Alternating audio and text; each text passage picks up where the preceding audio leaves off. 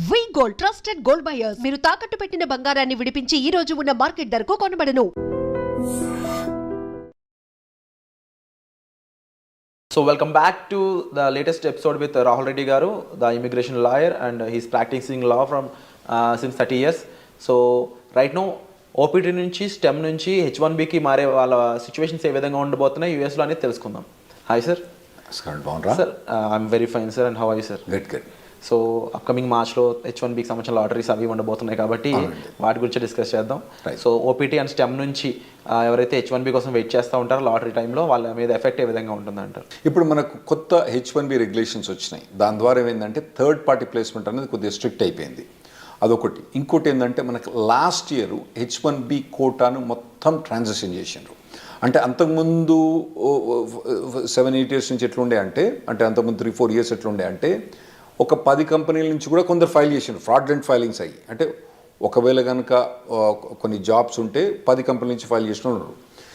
అయితే ఇప్పుడు లాస్ట్ ఇయర్కి వచ్చేమటికి ఏమైందంటే నీకు ఒకవేళ కనుక 10 కంపెనీలు ఫైల్ చేసినా కూడా శ్రీనివాసరావు అన్నతను మాత్రం ఒకటే కాబట్టి అతనికి ఒకటేసారి లాటరీ వచ్చే ఛాన్స్ ఉంటుంది. అతని బిల్లుని 10 సార్లు బెటరు. ఓకే, మనం అప్పుడప్పుడు పెడతాం కదా, చిన్నప్పుడు పెట్టినప్పుడు మన పేరు ఇచ్చి పెడతాం. మన పేరు ఎక్కువ రాయాలంటే ఏం చేస్తాం? 10 సార్లు రాసి అనలేస్తాం. అటువంటి అలౌడ్ లేదన్నట్టు. ఇప్పుడు ఎన్నిసార్లు రాసినా కానీ ఒకటే చిట్టి ఆ శ్రీనివాసరావు గారి పేరుతోటి ఒకటే చిట్టి పోతుంది. ఆ చిట్టి ద్వారా అది లాస్ట్ ఇయర్ ఇంప్లిమెంట్ చేసినారు. ఇప్పుడు కొత్త రెగ్యులేషన్స్ ప్రకారం ఏం చేసినంటే దాన్ని రెగ్యులేషన్స్ ద్వారా చేయబట్టి ఏమైనా కోర్టుల కేసులు కానీ వాటిని ఎదుర్కోవడానికి ఈజీ అవుతాయని చెప్పి వాళ్ళు రెగ్యులేషన్ ద్వారా పోయినరు. అయితే ఇప్పుడు కొత్త ప్రొవిజన్ ఏంటంటే లాటరీ మనం మార్చ్లో ఫైల్ చేసేటప్పుడు కొత్తగా ఫీజు అంతకుముందు $10 ఉండే. $10 ఏంటంటే ఎప్పుడు ఇవ్వాలి, ఎప్పుడు పెద్ద కేర్ చేయరు. సో కొందరు ఫ్రాడ్లెంట్ ఫైల్ చేసే వాళ్ళు కొద్దిగా ఎక్కువ ఫైల్ చేస్తున్నారు, $10. ఇప్పుడు దాన్ని $215 చేసినట్టు. సో కొంచెం ఫిల్టర్ చేయడానికి, కొద్దిగా ఫిల్టర్ చేయడానికి చేసినట్టు. అసలు మేము ఈ రెగ్యులేషన్స్ పాస్ చేసేటప్పుడు మేము ఏమైనా అడ్వైజ్ చేసినామంటే అసలు మొత్తం లాటరీ చేసేటప్పుడు మొత్తం ఫైలింగ్ ఫీజే తీసుకోండి. ఓకే, సెలెక్ట్ అయితే ఆ ఫైలింగ్ ఫీజు ఇవ్వకండి. ఎట్లా మేము కట్టాలి కదా, ఫైలింగ్ ఫీజు కట్టాలి కదా, మేము ఇవ్వకండి అని చెప్పి మేము అడ్వైజ్ చేసినాం. వాళ్ళు ఇన్లే సరే ఏదో $215 చేసిండ్రు. సో ఇప్పుడు కొత్తగా ఓపీటీ నుంచి స్టెమ్ ఎక్స్టెన్షన్ నుంచి ఉన్న వాళ్ళు ఇప్పుడు మార్చ్ అంటే మన దగ్గరకు వచ్చింది. ఇప్పుడు ఆల్మోస్ట్ డిసెంబర్ అయిపోతూనే ఉంది. మార్చ్కు మీకు H1B లాటరీ ఉంది. ఇప్పటి నుంచే మీరు కంపెనీ కానీ కంపెనీ హెచ్ఆర్ కానీ కంపెనీ లాయర్ కానీ కాంటాక్ట్ చేసి టచ్లో ఉండి మీరు H1B ఫైల్ చేయడానికి రెడీ కాండి. అండ్ వీళ్ళు ఎటువంటి జాబ్స్ని చూస్ చేసుకోవడానికి స్కోప్ ఉంటుందంటారు ముఖ్య H1B టైంలో? నార్మల్గా అంటే మన వాళ్ళందరూ కంప్యూటర్ ప్రొఫెషనల్స్ ఉంటారు కాబట్టి మనకు 3 types ఆఫ్ జాబ్స్ ఉంటాయి నార్మల్గా అండి. ఒకటి ఎండ్ క్లయింట్ అంటే నార్మల్గా కోకోలా కంపెనీ, లేదంటే నెక్స్ట్ ఇంప్లిమెంటేషన్ పార్ట్నర్, ఈ డెలాయిట్, కాగ్నిజెంట్, ఇన్ఫోసిస్ అని ఇంప్లిమెంటేషన్ పార్ట్నర్ టైప్ ఉంటాయి. ఇంకోటేమో ABC కన్సల్టింగ్ కంపెనీ, చిన్న కంపెనీస్ ఉంటాయి. అయితే మనం మొదలు కవర్ చేసిన ఎపిసోడ్లో ఏంటంటే కోకోలతో కంపెనీతో పనిచేస్తే కొద్దిగా మంచిగా ఉంటుంది H1B ప్రొవిజన్స్ అని చెప్పినాం. కాకపోతే ఈ ఎండ్ క్లయింట్ పనిచేసినప్పుడు వాళ్ళు ఏం చేస్తారంటే నీకు 3 ఏళ్ళు వర్క్ పర్మిట్ ఉంది కదా, నీకు ఇప్పుడే H1 అప్లై చేయమంటారు. అది వీనికి పెద్ద బాధ అయింది. ఎందుకంటే ఇప్పుడు 3rd year పోయినప్పుడు వీని H1B లాటరీ రాలేదనుకోండి, వీని పని గోవిందా. సో అటువంటి వీళ్ళు నార్మల్గా కంపెనీ పోయేటప్పుడు అంటే చాయిస్ ఉంటే మాత్రం మీకు కంపెనీ ఈ ఇయర్ మీకు H1B అప్లై చేస్తుందా చేస్తలేదా అదొకటి కనుక్కోండి. ఎండ్ ఆఫ్ ది స్టెమ్ ఎక్స్టెన్షన్లో సార్ ఇన్ కేసు ఎంప్లాయర్ని చేంజ్ చేసుకున్నాం అనుకోండి, అప్పుడు సిచ్యువేషన్ ఏ విధంగా ఉంటుంది? ఎంప్లాయర్ చేంజ్ చేసుకున్నా కానీ ఆ మార్చ్ టైంలో ఫైల్ చేస్తే సరిపోద్ది. మార్చ్ టైంలో ఫైల్ చేయకపోతే సరిపోద్ది. ఇంతకుముందు చెప్పినట్టు ఏంటంటే ఒకవేళ కనుక ఇప్పుడు మనం డిసెంబర్ జనవరిలో ఉన్నారు కదా, మీరు ఇప్పుడు మీ కంపెనీ కనుక మీరు H1B ఫైల్ ఈ లాటరీలో ఫైల్ చేస్తారా చేయరా కనుక్కోండి. ఒకవేళ చేయరని అనుకుంటే మాత్రం ఈ కంపెనీ వదిలిపెట్టి వేరే ఏ కంపెనీ కనుక మీకు జాబ్ దొరికితే ఆ కంపెనీకి పోవడం బెటరు. ఎందుకంటే H1B లాటరీ ఎంత తొందర వస్తే అంత బెటర్. ఎందుకంటే మనం లాస్ట్ 10 years నుంచి చూస్తున్నాం కదా, H1B లాటరీ అనేది కష్టమవుతుంది రావడం. ఓకే, ఇది లాటరీలో రావడం చాలా కష్టమవుతుంది. పోతానా కొద్ది ఇంకా పర్సంటేజ్ ఛాన్సెస్ తగ్గిపోతున్నాయి. మీకు 3 times కూడా మీరు లాటరీ ట్రై చేసుకోవాలి, అవసరమైతే 4 times కూడా మీరు లాటరీ ట్రై చేసుకోవాలి. వచ్చినప్పుడు ఇమ్మీడియట్గా ఫైల్ చేసుకోండి, మళ్ళీ నెక్స్ట్ ఇయర్ పెట్టకండి అన్నట్టు. ఒకవేళ ఈ కంపెనీ ఫైల్ చేయకపోతే మీకు వేరే జాబ్ దొరికితే మాత్రం వేరే జాబ్ తీసుకొని ఆ జాబ్ ద్వారా కూడా మీరు H1B ఫైల్ చేసుకోవడం బెటర్. స్టెమ్ స్టూడెంట్స్కి ఎలాంటి ప్రొటెక్షన్ ఉంటుంది సార్? అంటే ఎక్స్పైరేషన్ ముందు జాబ్ పోయినట్లయితే వాళ్ళకి ఏమైనా ప్రొటెక్షన్ ఉంటుందా?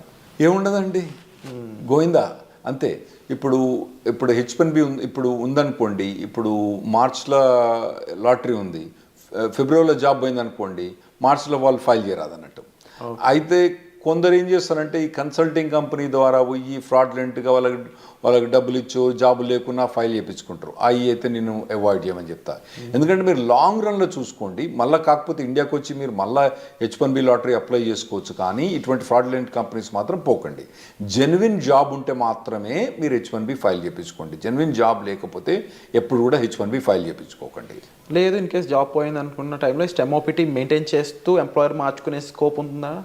స్టెమ్ ఓపీటీలో మనకు 90 days ఆఫ్ అన్ఎంప్లాయ్మెంట్ అలౌడ్ అండి. సో ఆ డేస్ని అక్కడక్కడ మెయింటైన్ చేసుకోవాలి. అదే అక్కడ మెయింటైన్ చేసుకోవచ్చు. మెయింటైన్ చేసుకొని దెన్ వేరే జాబ్ కనుక హాప్ ఆన్ అయితే అప్పుడు H1B ఫైల్ చేసుకోవచ్చు. కాకపోతే ఈ మార్చ్లో ఈ H1B లాటరీ ఎప్పుడు ఫైల్ చేస్తారు?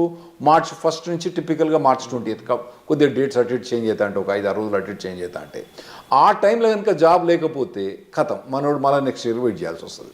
ఈ 90 days కాకుండా, ఈ టైం పీరియడ్ కాకుండా స్టెమ్ ఓపీని ఎక్స్టెన్షన్ చేసుకోలేమంటారా? స్టెమ్ ఓపీటీ అంటే 90 days అన్ఎంప్లాయ్మెంట్ ఎక్స్టెండ్ చేసుకోవడమా, లేదా 2 years స్టెమ్ ఓపీటీని ఎక్స్టెండ్ చేసుకోవడం? లేదండి, స్టెమ్ ఓపీటీ అన్నది 2 yearsకి లిమిటెడ్.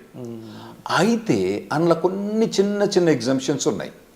ఇప్పుడు H1B అన్నది మనం మార్చ్లో లాటరీ ఫైల్ చేసినా కూడా యాక్చువల్ H1B అనేది అక్టోబర్ దాకా స్టార్ట్ కాదు. అయితే ఒకవేళ స్టెమ్ ఎక్స్టెన్షన్ కనుక ఈ ఏప్రిల్ నుంచి అక్టోబర్ మధ్యలో కనుక ఒకవేళ స్టెమ్ ఎక్స్టెన్షన్ ఎగ్జాస్ట్ అవుతుంది అనుకోండి, అంటే ఇతని స్టెమ్ ఎక్స్టెన్షన్ జూన్లో ఎక్స్పైర్ అవుతుంది అనుకోండి, ఇతను H1B ఫైల్ చేస్తే ఈ స్టెమ్ ఎక్స్టెన్షన్ ఆటోమేటిక్గా జూన్ నుంచి అక్టోబర్ దాకా ఎక్స్టెండ్ అయింది. అట్లా కొన్ని లిమిటెడ్ ఎగ్జామ్షన్, దాన్ని మేము క్యాప్ గ్యాప్ అంటాం అన్నట్టు. క్యాప్ గ్యాప్ అంటాం. అది ఎప్పటి నుంచి? నార్మల్గా టిపికల్గా ఏప్రిల్ నుంచి అక్టోబర్ దాకా ఎక్స్టెండ్ అయింది. ఏదైతే కంపెనీ ఉందో H1B change of status file చేస్తే ఆటోమేటిక్గా క్యాప్ గ్యాప్ అన్నది ఏప్రిల్ నుంచి అక్టోబర్ దాకా ఎక్స్టెండ్ అయింది. అండ్ మనం ముందు మాట్లాడుకున్న ఈ రూల్స్ అండ్ రెగ్యులేషన్స్ అన్నీ కూడా పార్ట్ టైంలో కూడా అప్లైకబుల్ అవుతాయా? అంటే ఇప్పుడు స్టెమ్ వాళ్ళు పార్ట్ టైం కూడా సేమ్ ఇదే చేయొచ్చా, లేదా ఫుల్ టైమే చేయాలి కంపల్సరీ? మీరు అన్నట్టు ఒకవేళ కనుక H1B జాబ్ ఫైల్ చేసిన అనుకోండి, పార్ట్ టైం కూడా వాళ్ళు ఎక్స్టెండ్ చేసుకోవచ్చు. ఏది టిపికల్గా ఏప్రిల్ నుంచి అక్టోబర్ దాకా. అయితే ఇప్పుడు కొత్తగా వచ్చిన రెగ్యులేషన్స్ ఏవైతే January 17, 2025 అప్లికే అవుతాయో దానికి యాక్చువల్లీ స్టూడెంట్స్ కొద్దిగా ఈజీ ప్రొవిజన్ ఇచ్చిండ్రు. కపుల్ ఆఫ్ ప్రొవిజన్స్ ఏమి ఇచ్చిందంటే, ఒకవేళ నార్మల్గా మేము H1B ఫైల్ చేసినప్పుడు October 1st డేట్ పెట్టే ఫైల్ చేయాలి, October 2nd ఫైల్ చేయొద్దని చెప్పిన అన్నట్టు. ఇప్పుడు కొత్తగా ఏంది, నువ్వు ఎక్స్టెండెడ్ డేట్స్ అంటే ఇంకా లేట్ డేట్ తోటి, కానీ మేము ఒకవేళ కనుక మేలో ఫైల్ చేసినా కూడా కొద్దిగా లేట్గా స్టార్ట్ డేట్ అంటే వీని స్టెమ్ ఎక్స్టెన్షన్ ఉంటుంది కదండి, ఈ స్టెమ్ ఎక్స్టెన్షన్ ఎక్కువ వాడుకోవడానికి ఇంకా ఎక్కువ రోజులు పెట్టుకొని, అంటే October 1st కాకుండా డిసెంబర్ కానీ జనవరి కానీ స్టార్ట్ డేట్ పెట్టుకొని మేము H1B ఫైల్ చేసుకోవచ్చని కొత్త రెగ్యులేషన్ వచ్చింది. ఇది స్టెమ్ ఎక్స్టెన్షన్ ఉన్న వాళ్ళకు, ఓపీటీ ఉన్న వాళ్ళకి చాలా అడ్వాంటేజ్ అండి. ఎందుకంటే అనవసరంగా 6 years H1B వాడరు. ఇంకోటి ఏంటంటే వీళ్ళకి ఓపీటీ స్టెమ్ ఎక్స్టెన్షన్స్లా వీళ్ళకు 7% ఇన్కమ్ ట్యాక్స్ రిబేట్ వస్తుంది. H1B పోయినప్పుడు రాదు. అంటే దాన్ని యాక్చువల్ ఇన్కమ్ ట్యాక్స్ అన్నాము, సోషల్ సెక్యూరిటీ అంటాము. ఆ సోషల్ సెక్యూరిటీ అన్నది వీళ్ళు కట్టని అవసరం లేదు. సో ఆ ఎగ్జామ్షన్ కూడా ఇది వీళ్ళు ఎక్కువ వాడుకోవచ్చు. ఆ ప్రొవిజన్స్ కూడా ఇచ్చిండ్రు. ఇంకోటి ఏది, స్టార్ట్ డేట్ లేట్ చేయొచ్చు అని ఉంది కదా. ఇంకోటి నేను ఏం చెప్పినా, స్టెమ్ ఎక్స్టెన్షన్ కానీ ఓపీటీ కానీ ఏప్రిల్ నుంచి అక్టోబర్ దాకా H1B ఫైల్ చేస్తే ఆటోమేటిక్ అక్టోబర్ దాకా ఎక్స్టెండ్ అవుతుందని చెప్పిన. దాన్ని క్యాప్ గ్యాప్ అంటాం. దాన్ని వాళ్ళు ఏం చేశారంటే, క్యాప్ గ్యాప్ అన్నది అక్టోబర్ దాకా కాకుండా ఏప్రిల్ అంటే మళ్ళీ నెక్స్ట్ ఏప్రిల్ దాకా వాళ్ళు ఎక్స్టెండ్ చేసినట్టు, అంటే దాదాపుగా 1 year ఎక్స్టెండ్ చేసినట్టు. ఓకే. కాకపోతే దాని కిటికీ ఏంటంటే, ఈ క్యాప్ గ్యాప్కు H1B అన్నది ఫైల్ చేయడం కంపల్సరీ. చేసిన వాళ్ళకి మాత్రం లాటరీలో సెలెక్ట్ అయ్యి H1B ఫైల్ చేసిన వాళ్ళకే ఈ క్యాప్ గ్యాప్ వర్తిస్తుంది. అంటే ఇప్పుడు తర్వాత ఈ క్యాప్ గ్యాప్ ఎక్స్టెన్షన్ కూడా H1B లాటరీలో సెలెక్ట్ అయ్యి H1B ఫైల్ చేసిన వాళ్ళకే ఈ క్యాప్ గ్యాప్ అన్నది వర్తిస్తుంది. అంటే ఈ ప్రొవిజన్ నార్మల్గా తీసుకొచ్చిన అవసరం ఏం పడిందంటే, H1B నార్మల్గా 5-6 మంత్స్లో అప్రూవ్ అయిపోద్ది. లేదంటే మనోడు ఎక్కువ పైసలు కట్టేస్తారు 3 వారాలకే అప్రూవ్ అవుతుంది ప్రీమియం ప్రాసెసింగ్కి. కొత్త అడ్మినిస్ట్రేషన్ వస్తుంది కదా, కొత్త అడ్మినిస్ట్రేషన్ అప్పుడు ఈ కొత్త అడ్మినిస్ట్రేషన్ కొత్తదేం కాదు, అంతకుముందు ఉన్నదే. అంతకుముందు మమ్మల్ని నరక యాతలు పెట్టింది ఈ అడ్మినిస్ట్రేషన్. వాళ్ళు ఈ ప్రీమియం ప్రాసెసింగ్ ఇవన్నీ సస్పెండ్ చేసిండ్రు. అయితే ఇప్పుడు క్యాప్ అనేది అక్టోబర్ దాకానే, ఇదివరకు పాత రూల్స్ ప్రకారం అక్టోబర్ దాకానే ఎక్స్టెండ్ అయ్యి అక్టోబర్లో H1 అప్రూవ్ కాలేదనుకోండి, ఇడు జాబ్ చేయకుండా కూర్చోవాలి. అప్పుడప్పుడు పెద్ద కంపెనీలు ఏం చేస్తాయి, జాబ్ చేయకపోతే పో నీ H1 తీసేస్తాను తీసిపో, జాబ్ తీసేసుకొస్తాడు. అప్పుడేమవుతుంది, నా గరక నా ఘాటక అవుతాడు వీడు. అయితే ఇప్పుడు కొత్త ప్రొవిజన్ ప్రకారము ఒకవేళ ట్రంప్ అడ్మినిస్ట్రేషన్ వచ్చి H1 ప్రీమియం ప్రాసెసింగ్ తీసేసిన, అంటే ఎక్స్ట్రా $2,500 కట్టినా కూడా, దానికి ఎక్కువ ఫాస్టర్ ప్రొవిజన్ తీసేసినా కూడా, మనోడు అక్టోబర్ దాటిన తర్వాత, అంటే వీని వర్క్ పర్మిట్ ఒకవేళ జూన్లో అయిపోయినా కూడా అక్టోబర్ దాకా కాకుండా మళ్ళీ ఏప్రిల్ దాకా ఇతను జాబ్ గ్యాప్ మీద జాబ్ చేసుకోవచ్చు. అది ఈ January 17th మనకు వచ్చే రెగ్యులేషన్స్ తోటి చాలా అడ్వాంటేజ్ అవుతుంది మనకు. ఓవరాల్గా డిఫరెంట్ అప్లికేబుల్స్ అయితే రానున్నాయి అనేది అర్థమవుతుంది క్లియర్గా. అండ్ కొన్ని బెనిఫిషరీస్ కూడా కనిపిస్తూ ఉన్నాయి డెఫినెట్లీ. అండ్ బిఫోర్ జాబ్ వీళ్ళు STEM OPT వాళ్ళు ఎటువంటి రిక్వైర్మెంట్స్ ఉంటాయి సార్ అప్లై చేయడానికి? అంటే OPT STEM ఎక్స్టెన్షన్ ఈ రెండిట్లు అంటారా? అంటే వీళ్ళు మొదటి నుంచి కాలేజీలో చదువుతున్నప్పుడే వీళ్ళకు ఆన్ క్యాంపస్ రిక్రూట్మెంట్ నడుస్తుంటుందండి. వాటిల్లో పార్టిసిపేట్ చేయాలి. ఇంకోటి ఏంటంటే, మీకు ఇంతకుముందు చెప్పినట్టు ఏంటంటే, వీళ్ళు మొదటి నుంచి కూడా ఏదో టెక్నాలజీ తీసుకొని, హాట్ టెక్నాలజీ తీసుకొని, కరెంట్ టెక్నాలజీ తీసుకొని, దాని మీద కంప్లీట్గా ఇంటర్న్షిప్స్ కానీ, తర్వాత ఎడ్యుకేషన్ కానీ, ట్రైనింగ్ కానీ తీసుకొని, ఒకవేళ టెక్నాలజీ మారితే మళ్ళీ ఇమీడియట్గా మారండి టెక్నాలజీ. కానీ ట్రైనింగ్ అన్నది ఇక్కడ కూర్చొని ఆ సినిమాలు చూసిన దానికి వీటి చూసిన దానికన్నా ఇటు పక్క పోయి ఈ ట్రైనింగ్ ఇటువంటివన్నీ తీసుకోవడం చాలా మంచిది. ఎందుకంటే నార్మల్గా ఇక్కడ జనరల్ ప్యాకేజ్ ఏంది 5 lakhs 6 lakhs ఉన్నది, అక్కడ మీకు 80 లక్షల నుంచి మొదలైంది ప్యాకేజ్. సో మీకు 6 lakhs నుంచి 80 లక్షలకు ఉండే పెర్ఫార్మెన్స్ మీరు అక్కడ యూఎస్కి వస్తుండ్రు కాబట్టి, మీరు చేసే పెర్ఫార్మెన్స్ కూడా 10 times బెటర్ ఉండటానికి మీరు షార్పన్ అప్ కావాలి. అది మొదటి నుంచి ప్రిపేర్ కాండి. చక్కగా OPT అయిపోయిన తర్వాత అప్పుడు ఎతుకుతలే జాబ్, తర్వాత చూసుకుంటలే. ఇప్పుడైతే సినిమాలు చూస్తా, షికార్లు పోతా, తాగుతా, తింటా, బిర్యానీ తింటా, పొద్దుగాల మధ్యాహ్నం, సాయంత్రం అయితే వాలీబాల్ ఆడతా, కానీ తర్వాత చూసుకుంటా, OPT అయిపోయిన తర్వాత చూసుకుంటే మాత్రం అది తప్పుడు పని. మీరు మొదటి నుంచి ఇంజనీరింగ్ కాలేజ్ నుంచి ఫస్ట్ ఇయర్ నుంచి, ఒకవేళ మీరు US రాదలుచుకుంటే, మీరు ఇక్కడ కూర్చొని ఎక్కడనో 5 లక్షల ప్యాకేజ్ 6 లక్షలు తీసుకుంటే మీ ఇష్టం. మీరు కనుక US వచ్చి OPT మీద పనిచేసి STEM ఎక్స్టెన్షన్ మీద పనిచేసుకుంటే మాత్రం మీరు ఫస్ట్ ఇయర్ నుంచి మీరు కంటిన్యూస్గా శ్రమ పడితే మీరు OPT STEM ఎక్స్టెన్షన్ వచ్చినప్పుడు మీకు మెచ్చుకునే మార్కెట్ మంచిగా ఉన్నప్పుడు ఏముంటుందండి, అప్పుడు ఏమంటారు కదా, కుక్కను కూడా సింహాసనం ఎక్కించినప్పుడు వీళ్ళందరి మన వాళ్ళని సింహాసనం ఎక్కించినప్పుడు, ఏది మంచిగా స్కిల్ సెట్ లేని వాళ్ళని వాళ్ళందరూ కూడా కుక్క మీద వీళ్ళందరూ సింహాసనం ఎక్కి కూర్చున్నారు. ఇప్పుడు ఎట్లున్నది పరిస్థితి, మార్కెట్ పరిస్థితి మంచిగా లేదు. మరి మార్కెట్ పరిస్థితి మంచిగా లేదంటే యాక్చువల్గా మీరు స్టాక్స్లో బాగా చేస్తుంటారు కదా, అసలు యూఎస్లో ఇప్పుడు స్టాక్ మార్కెట్ ఎట్లుందండి, హై రేట్స్ ఉన్నాయి, అన్నీ బాగున్నాయి స్టాక్ మార్కెట్, అయినా కానీ IT ప్రొవిజన్ మొత్తం డౌన్ అయిపోయింది.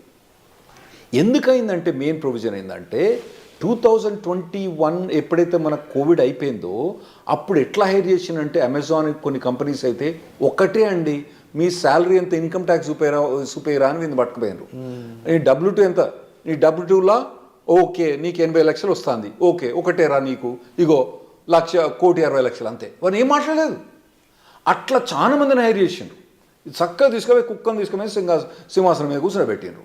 ఇప్పుడు ఏమవుతుందంటే వాళ్ళందరూ చాలా మంది లేఆఫ్స్ అవుతుండ్రు, ఇంపాక్ట్ చూపిస్తున్నారు. ఇప్పుడు కొత్తగా వచ్చే పురాణాలకు మాత్రం ఆ లగ్జరీ ఏదైతే 2021-22లో ఏదైతే హైరింగ్ చూసిండ్రో, ఆ తర్వాత అంతకుముందు హైరింగ్ చూసిండ్రో, ఇంకా ముందు మీరు చూడరు.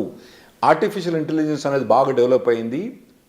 దాంతో ఏమవుతుందంటే ఈజీగా ప్రోగ్రామింగ్ అయిపోతుంది. కాబట్టి మీ జాబ్స్ అన్నవి చాలా కష్టమవుతాయి. మీరు మొదటి నుంచి ప్రిపేర్ కాండి.